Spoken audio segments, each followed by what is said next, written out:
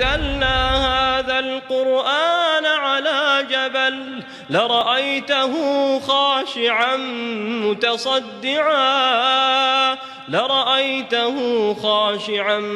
متصدعا من خشية الله وتلك الأمثال نضربها للناس لعلهم يتفكرون. Assalamualaikum good people, welcome back to Ashraf channel. Alright guys, minggu ni minggu terakhir sebelum kita nak New Year kan. So yalah, biasa minggu-minggu terakhir ni kita ada jemputan. Tapi biasanya kita akan jemput selebriti lah. Cuma untuk bulan ni, episod terakhir ni kita nak buat special sikit sebab kita nak jemput orang yang betul-betul ada dekat dalam bidang ni sendiri. Bomoh, tahu pasal Bomoh? Kan biasa takkan Bomoh akan datang share story kan. Ini anak kepada Bomoh kita bawa. Yes, Bomoh yang sebenar, BYS. Okay, so jangan lupa tekan like, subscribe juga, hit bell notification. Kita lah intro macam biasa. Let's roll it.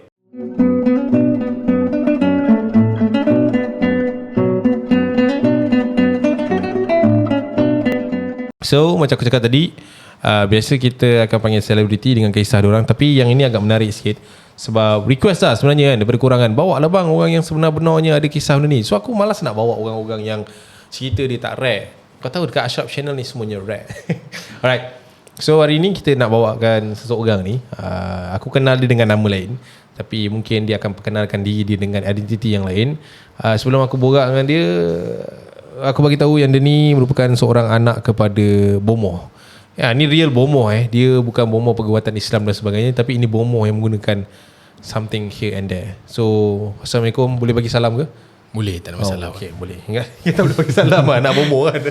Tak ada, okay. Ayah dia pun tak ada lah, tapi kita okay, alright.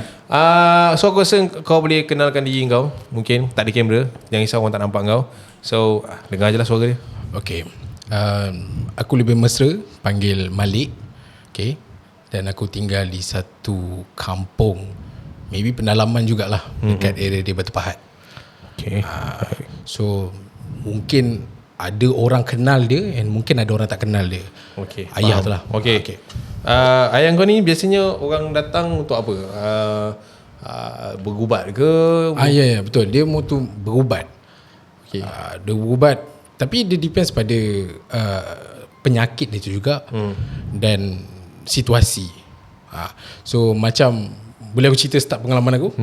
So aku tahu yang ayah aku ni, dia start dengan bidang bomoh ni since daripada umur aku 9 tahun. Dari umur 9-8 tahun macam tu. Dia starting kat situ? Itu yang aku tahu. Okay. Sebab maybe dah lama, kalau ikut arwah mak aku, dia cakap dia dah lama. Okay. Sebelum dia dah kahwin lagi. Okay. Sebab ilmu ni dia turun-temurun. Okay. Dia macam tu. So yang aku tahu, umur aku time tu 9 tahun. So masih kecil, saya ingat aku, aku ni jadi assistant dia. Okay, jadi assistant. Kau seorang je adik-adik dalam tu? Kalau ikutkan dalam 4 orang. Okay, so macam aku ni anak ke-3. Okay. So yang lain ni dia tak ambil pot sangat. Dia ada bidang masing-masing. So aku je yang ikut lah ayah aku jadi macam tu. Okay, so maknanya tak tahu lah. So aku rasa macam bila kau cerita macam tu, aku ada rasa macam tertanya-tanya sikit. Biasanya orang-orang yang berubat ni kan, diorang akan macam diletakkan di dalam satu kategori, which is diorang kata diorang ni adalah pengamal perubatan tradisional. Okay, betul. So macam mana ataupun apa situasi yang membuatkan engkau sendiri bagi tahu yang bapa kau ni Bomoh, bukannya pengamal perubatan tradisional? Okay, untuk tu kita kena faham kan, macam dulu dalam kampung kita tak ada doktor. Nak kampung tu jenis kampung pedalaman. Macam kampung aku sendiri kampung pedalaman. Dia tak ada klinik. Kadang klinik pun dia buka waktu siang, tapi malam tak ada. So bila malam, orang kampung ni kebanyakan gunakan hikmat ayah aku lah, bapa aku. So mulanya aku pun tak tahu dia seorang Bomoh. Aku just tahu dia seorang berubat, apa semua tu. And ada satu hari tu yang aku sure dia tu seorang Bomoh. Bila ada satu malam tu, biasalah rumah kampung, diorang akan tidur awal. Biasanya pukul 9, pukul 10 tu rumah dah gelap, diorang tidur apa semua. Ternyata aku baru balik. Bila aku baru balik, ayah aku ni, dia ada satu macam dalam rumah tu, dia ada satu macam bilik khas, ruang khas untuk dia sahaja. So first time kau tahu ada bilik tu? Sebenarnya dah tahu, tapi bila Tak masa tahu apa kecil dalam tu lah. tapi tak tahu dia, sebab dia cakap tak boleh nak masuk semua tu kan. Okay, faham. Okay, so ada sekali tu tentu tak silap dalam pukul 11 nak ke 12 macam tu lah. Baru balik. And then baru balik, tentu nak ke dapur lah, nak ke dapur minum air, cuci kaki, and then nak tidur. Lepas tu tiba-tiba dekat dalam bilik tu ada dengar macam, dia macam ada puja-puja. Maybe puja-puja lah, ada ayat-ayat. Bunyi pelik-pelik lah. Bunyi pelik-pelik. Betul, dia bukan macam tu. Bunyi dia macam tu. So bila dengar kita jadi macam, okay, maybe ayah tengah buat kerja kan. So biarkan, ignore. Maybe ayah kat dalam tu. So bila nak ke dapur, tengah minum air semua, ayah aku keluar dari tandas. Okay, so aku expect macam mungkin mak aku kat dalam kan. Tapi bila aku dah pelik, aku tanya macam siapa pula dekat dalam bilik tu kan. Aku tanya ayah, ya siapa kat dalam tu? Dia cakap tak payah tahu, kau budak-budak lagi. Masa tu umur kau berapa? Tentu tak silap aku, umur aku dalam form 2, 14 tahun, 15 lah. 14-15 macam tu. So bila aku tanya, dia cakap macam tu lah, kau budak-budak lagi, belum sampai masa dia. So aku jadi macam jam, macam apa benda ni. Okay, aku ignore lah tu. So ada sekali, itu satulah. Dan ada satu lagi cerita, aku ikut dia pergi berubat dekat satu kampung, kat satu rumah lah.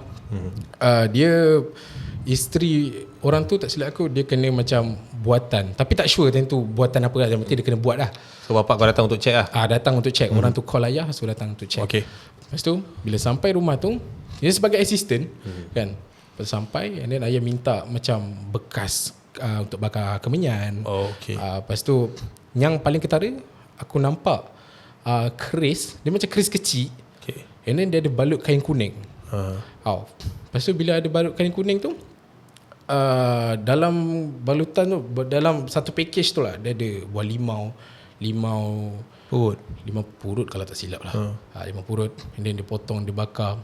Time tu kita fikir macam, okay, ni mungkin cara macam ni, SOP dia lah.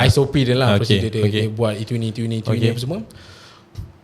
Okay, tak sampai dalam 10 minit perempuan tu okay.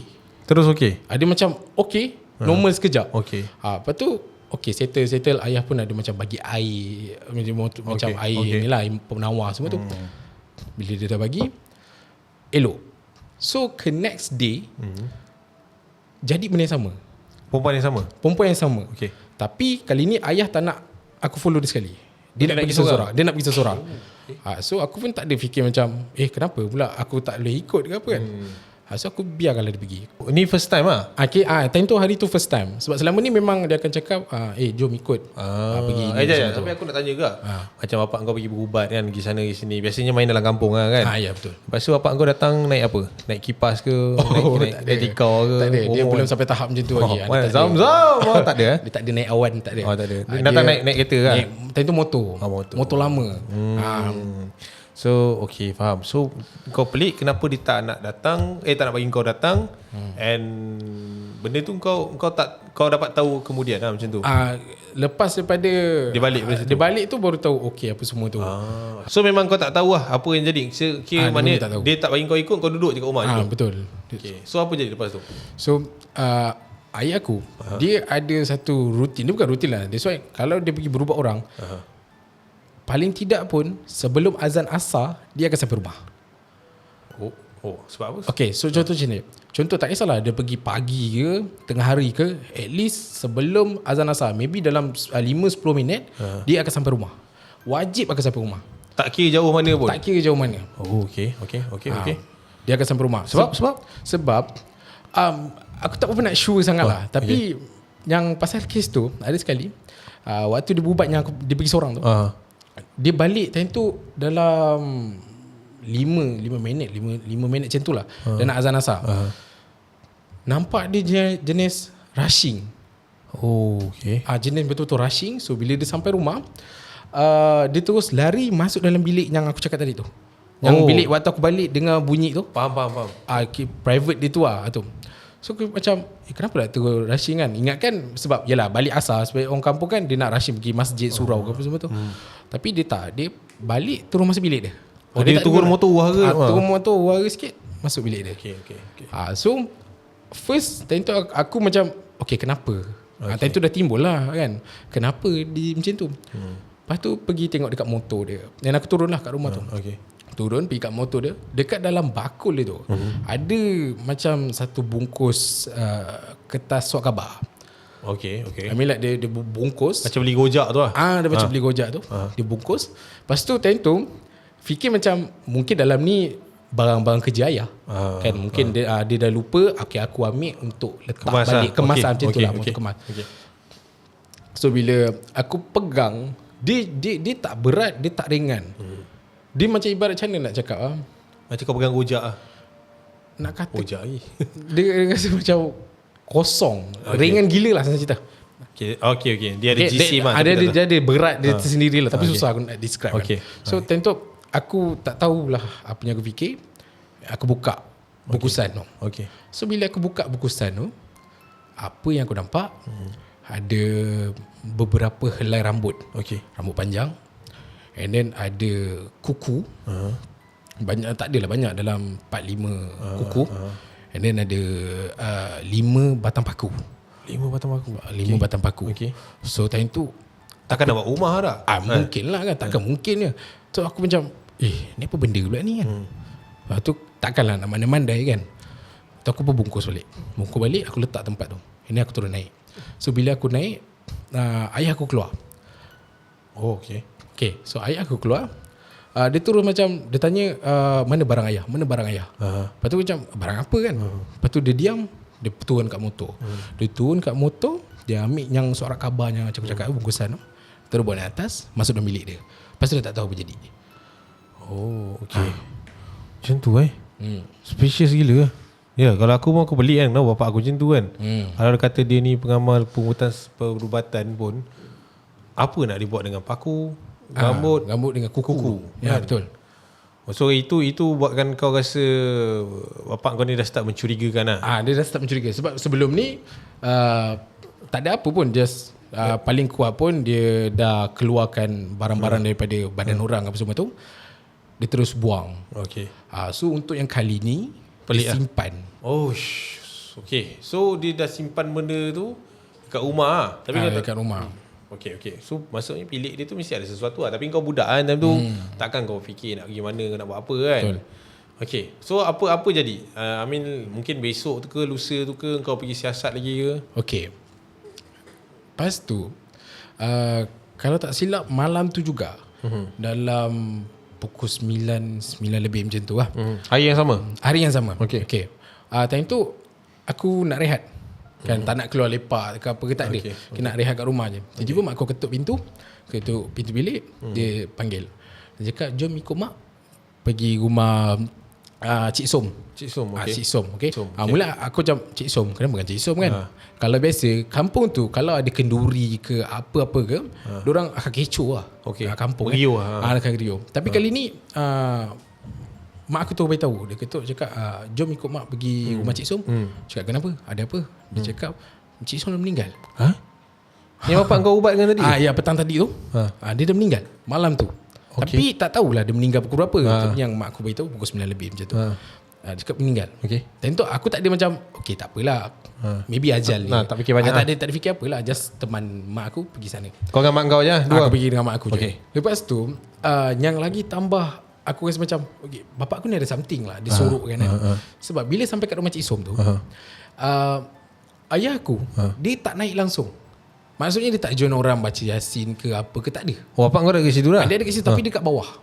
Okay. Dia dekat bawah. Dia tak naik ke, tak ada. Okay. So bila mak aku sampai, macam biasa ada ajak naik apa semua. Bapak aku cakap, tak apa, naik dulu. Okay, kita pun naik. Aku pun expect macam mungkin ayah aku dia nak relax kat bawah ke apa kan. Okay, faham. Okay, settle. Lepas tu orang kampung perempuan dah settle, mandi apa semua, kapan apa semua, bawa pergi ke bumi lah. Okay. Bila nak pergi ke bumi tu, apa yang aku perasan, bila dah nak masukkan jenazah tu dalam liang, bapak aku, dia antara orang pertama yang volunteer untuk masuk dalam liang tu, sambut jenazah tu. Okay. Tapi bukan ahli keluarga dia? Tapi dia bukan ahli keluarga dia. Tapi dia sibuk-sibuk lah macam tu? Dia macam, faham tak? Kita ni tak ada kena-mengena ni. Tapi dia beria? Tapi dia beria. Okay. So time tu aku fikir macam, okay, maybe sebab bantu orang Fardu kampung. kifayah. Fardu kifayah kan. Sebab yelah, orang kampung dan anak dia ada nama sebagai seorang yang berubat apa semua tu. Lepas tu aku pun macam, kenapa kan? Tiba ayah ni, lepas tu malam ada tahlil, ayah tak join. Yang pergi aku dengan mak aku je. Pergi rumah arwah Cik Som tu lah. Ayah aku dia tak ikut. So kalau aku tanya lebih-lebih, takut dia marah apa semua tu kan. So biar je lah. So itu satu kes lah. Aku rasa macam, wah, ayah aku ni something lah. Dia memang betul-betul curiga lah. Start aku letak macam, aku kena siasat. Even waktu tu aku rasa umur aku ni tak layak untuk siasat dia macam tu. Kau tak beritahu abang kau ke benda ni? Kalau bagi tahu abang-abang aku, dia akan cakap, jangan kacau aku Jaya. Faham. Kau budak lagi macam tu kan? Itu je. Okay. So bapak kau ni macam banyak tanda-tanya lah kan? Ya betul. Okay. Keris. Orang yelah baca-baca tak join, tapi paling logat. Okay. Ini direct lah aku rasa kan. Sebab kalau aku nak tanya lagi apa bapak kau buat, mungkin banyak lagi kot kau nak cerita kan. And kau pernah cerita dengan aku pasal bekas limau bapak kau tu kan, yang kau cakap bawah bekas limau tu ada macam helaian rambut yang banyak kan. Kau cakap macam tu kan. Itu pun pelik juga kan.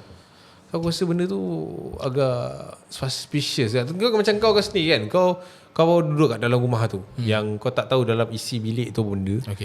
Kau pernah tak ambil macam tergasa nak buka ke, ataupun sebelum kau tergasa nak buka tu mestilah ada pakai kejadian-kejadian yang mungkin mistik yang kau sendiri lalu ke, yang bapak kau ke mak kau mengacau ke? Pernah? Ada memang ada. Nak kita ni, macam contoh aku waktu tu, kita budak lagi. Sifat nak tahu tu tinggi. Curious So ada sekali ni lepas kes rumah Cik Som tu apa semua tu lah. So aku pun terdetik hati nak buka pintu tu, nak tahu apa ada dalam tu. Kan. So bila setiap kali aku buka, akan ada macam contoh, first pernah nak buka, tiba-tiba ayah ada kat luar, dia cakap nak pergi mana, nak buat apa masuk dalam tu apa semua tu. Lepas tu yang lain, kalau nak buka pintu tu, dia standard orang rumah kampung punya tombol tu kan. Tapi kalau kita biasa kita buka, dia smooth, dia boleh kita terus masuk. Tapi kalau kita nak buka, dia macam lock. Ayah akan lock pintu tu kan. Even aku pernah tanya mak aku sendiri kan, kunci bilik ayah ni mana? Cakap bapak dia je pegang. Mak dia memang tak masuk campur langsung. So aku terus macam tak apa, lambat laun aku akan tahu juga kan.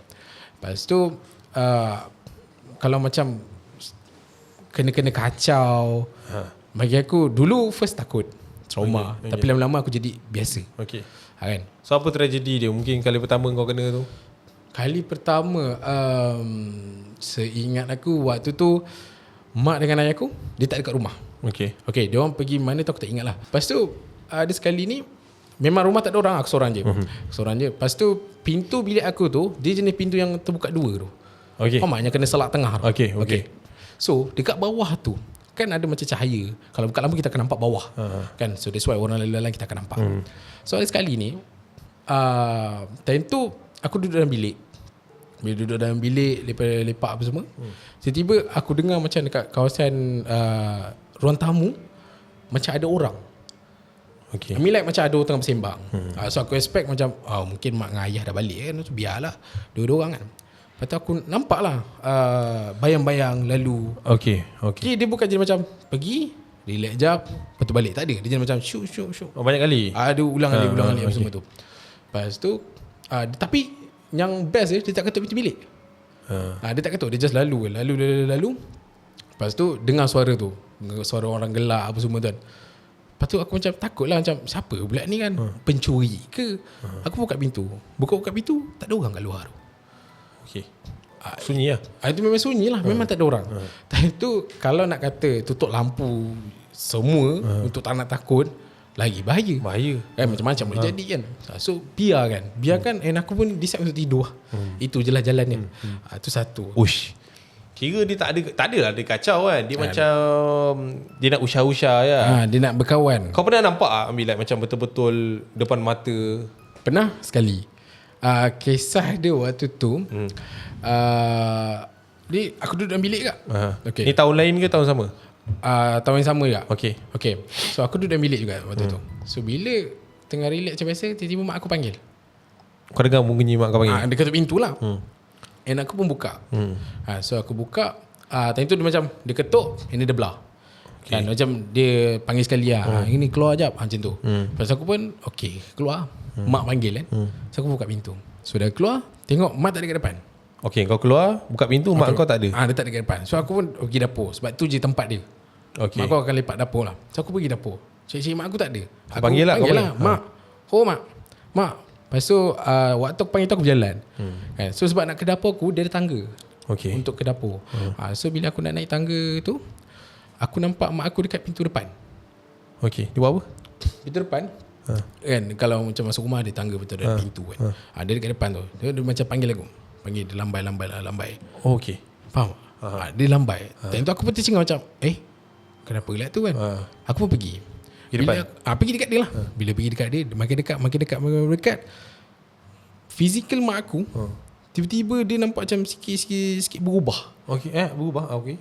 Kita dah berubah. Dia berubah jadi satu bungkus. Faham tak? Pucung. Ya. Okay. Dia jadi pocong. Daripada jauh kau nampak mak kau? Daripada jauh kita nampak. Aku nampak sendiri mak aku. Dia panggil. Kau datang? Tapi dia tak bersuara. Dia just panggil macam tu. Panggil. Dan aku macam okay, pergilah. Bila nak pergi, makin lama makin nak dekat, fizikal dia berubah. Uish, kepala otak dia. Faham. Aku tak boleh bayang lah macam mana dia berubah. Tapi aku sure lah yang dia kau datang makin lama makin dekat, mata kau tu dia tu berubah. Betul tu. Dia jadi pocong seketul. Uish, apa? Time tu aku tak sampai lah. Macam dah nak dekat, tapi tak sampai lah dekat dia. Okay. Gila apa takkan nak pergi nak mak. Tak ada macam tu. Lepas tu kau nampak dia seketul lah. Dia seketul. Tapi muka dia tak pandang aku. Okay.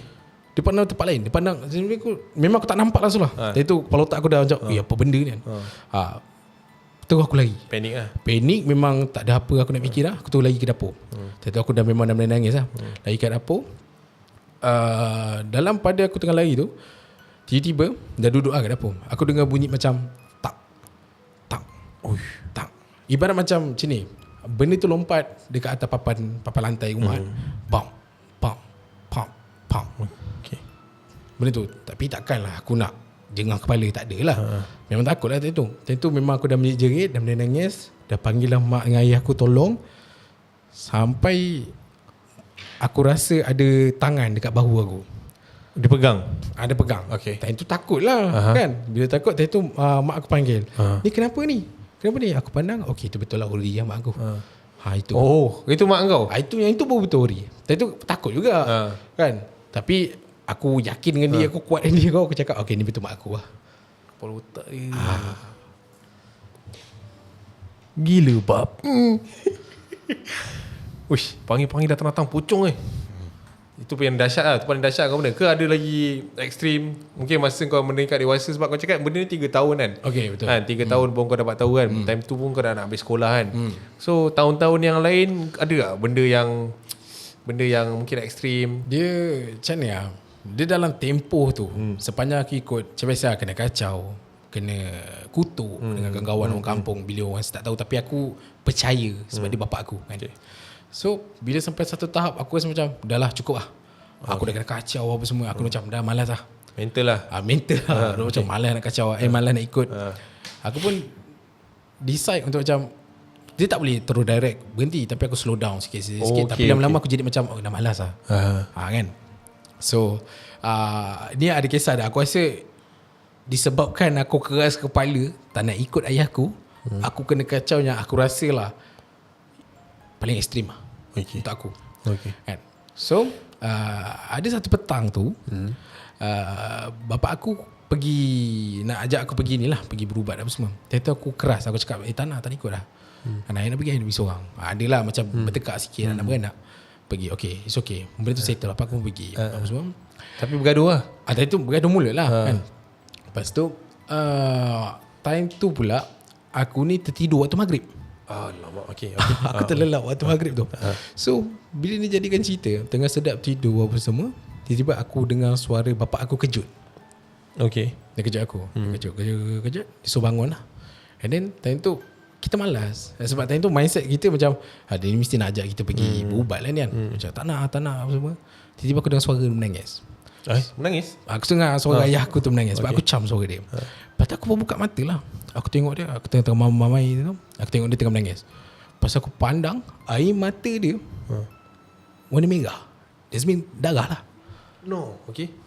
So dia menangis. Aku macam kita pun pelik apa semua. And then aku pun gali lah. Contoh macam okay, ni dia, ni aku tengah baik, ni dia. And then aku nampak dia, aku gali ke belakang sikit. So dia dah menangis. Lepas tu waktu aku nak gali, aku nak turun katil, aku nampak belakang dia ada pocong yang aku cerita yang mak aku tadi tu. Oh, okay. Dia buat apa di situ? Dia just di macam tu. Tapi depan pocong tu bapak aku. Belakang dia? Belakang lah. Belakang bapak aku tu pocong tu lah. Okay. So time tu aku menjerit panggil mak bapak aku, tolong. Tak ada siapa dengar. Bapak kau yang menangis tu ada kat situ lagi? Ada dekat situ. Okay. Time tu aku macam tolong lah, minta tolong. Sampailah aku decide berani nak keluar ke depan. Okay. Keluar bilik tu. So aku pun keluar. Bila aku keluar, aku nampak mak dengan ayah aku tengah sembang dekat ruang tamu. Oh, dekat okay. Dia tengah sembang. Lepas tu mak aku pelik lah. Dia tengok aku, dia tanya kenapa menangis kan? Aku cakap lah dalam bilik ada itu ini apa semua. Lepas tu tanya muka bapak aku dah berubah. Okay.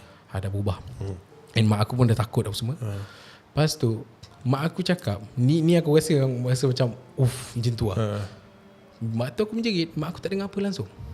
Okay. Dia macam tak ada apa-apa. Senyap macam tu. Tapi waktu aku dalam bilik tu dah bagi nak gila. Faham. Dah tolong kan? So settle waktu tu. Bila bapak aku pergi masuk dalam bilik tu, dia buatlah apa yang patut. And waktu tu, malam tu settle sebab aku tidur maghrib. So aku decide juga malam tu aku tak tidur dalam bilik tu. Aku tidur kat mana? Aku tidur kat dapur tu. Sebab takut lah? Sebab dalam rumah aku dapur je menyala lampu. Macam tu. Hidup babi.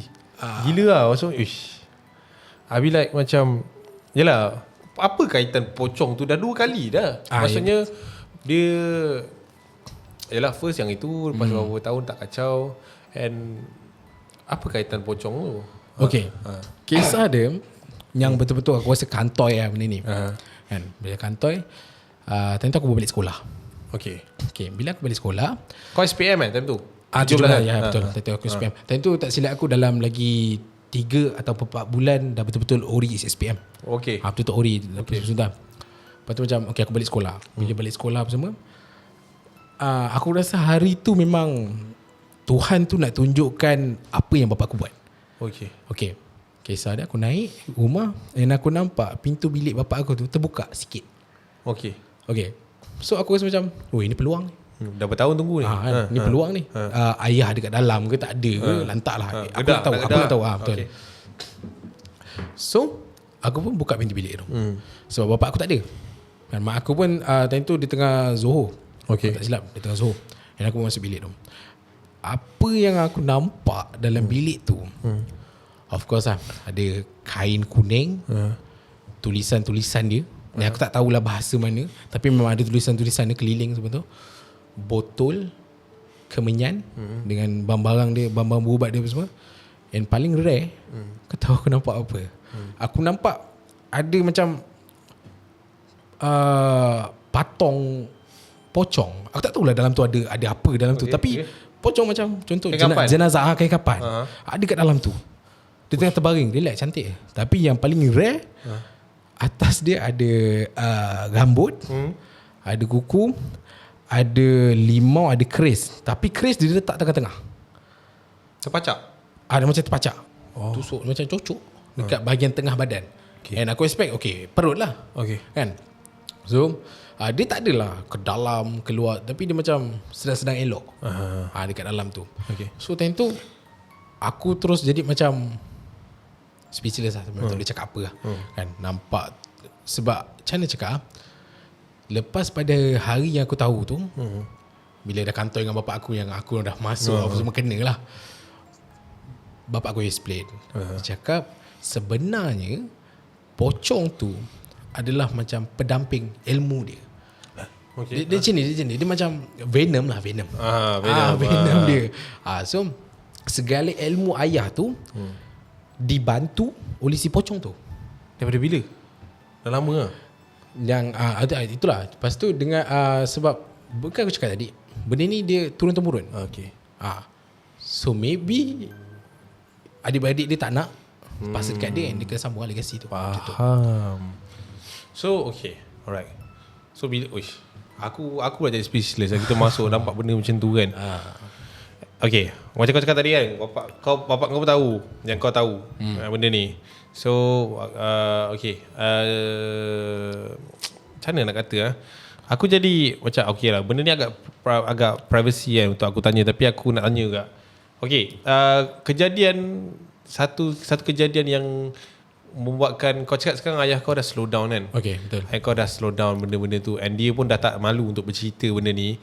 And permission yang kita dapat dia pun daripada ayah dia sebenarnya untuk berkongsi kisah ni. Macam mana dia buang pocong tu? Ataupun kau mungkin kau tahu cara dia kunci pocong tu ke, ataupun mungkin kau tak disedia maklum benda-benda tu? Keris. Okay. Keris tu. Yang aku tahu, dia tak cerita detail lah. Yang dia cakap, kalau dia nak pergi berubat, dia akan cabut keris tu. Ibarat dia macam kunci lah. Kalau cabut keris, itu barang keluar. Macam tu. Aktif lah. Dia betul aktif. Kalau dia cocok, okay, dia stop. So maknanya sekarang dia biar je lah, dia tak pakai lah benda tu. Dia tak pakai. Ada lagi kat rumah kau? Aku tak sure. Aku pun dah tak pergi dah kampung tu.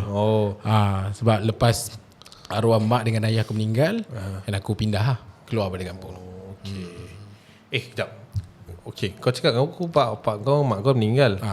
Lepas tu tadi kau datang, kau cakap bapak kau dah bagi permission cerita benda ni. Okay. Kau jumpa bapak kau kat mana pula? Bukan. Kau ada venom ke? Bukan. Tak ada. Aku clean, jangan risau. Jangan. Okay. Macam ni. Okay. Dia pernah pesan, kalau satu hari nanti kisah dia, orang tahu apa semua tu lah kan, cerita.